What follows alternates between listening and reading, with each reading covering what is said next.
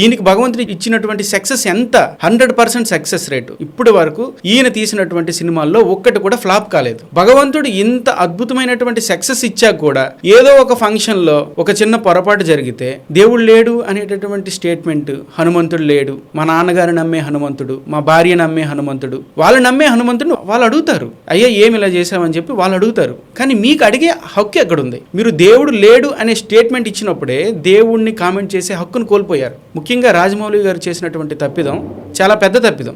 అందరికీ చూడడానికి చాలా చిన్నదిగా ఉండొచ్చు, ఆయన్ని వెనకేసుకొని వచ్చేవాళ్ళు ఉండొచ్చు, లేకపోతే ఆయన్ని లేదు ఆయన ఆ ఫీలింగ్స్లో అప్పుడు తట్టుకోలేక ఆ విధంగా మాట్లాడారు అనొచ్చు. ఎవరికి ఆ హక్కు ఉంటుంది? ఒక రామదాస్కు ఉంటుంది. రాముడి కోసం గుడి కట్టించాడు, రాముడు వల్ల ఆయన జైల్లో ఉన్నాడు. జైల్లో ఉన్నప్పుడు ఎవరబ్బ సొమ్మని అని చెప్పి ఒక కీర్తన రాశాడు. ఆయనకి హక్కు ఉంటుంది, ఒక భక్తుడికి హక్కు ఉంటుంది. భక్తుడు కాని వాడికి, దేవుణ్ణే నమ్మని వాడికి దేవుణ్ణి ప్రశ్నించే హక్కు ఎక్కడ ఉంటుంది? అది కూడా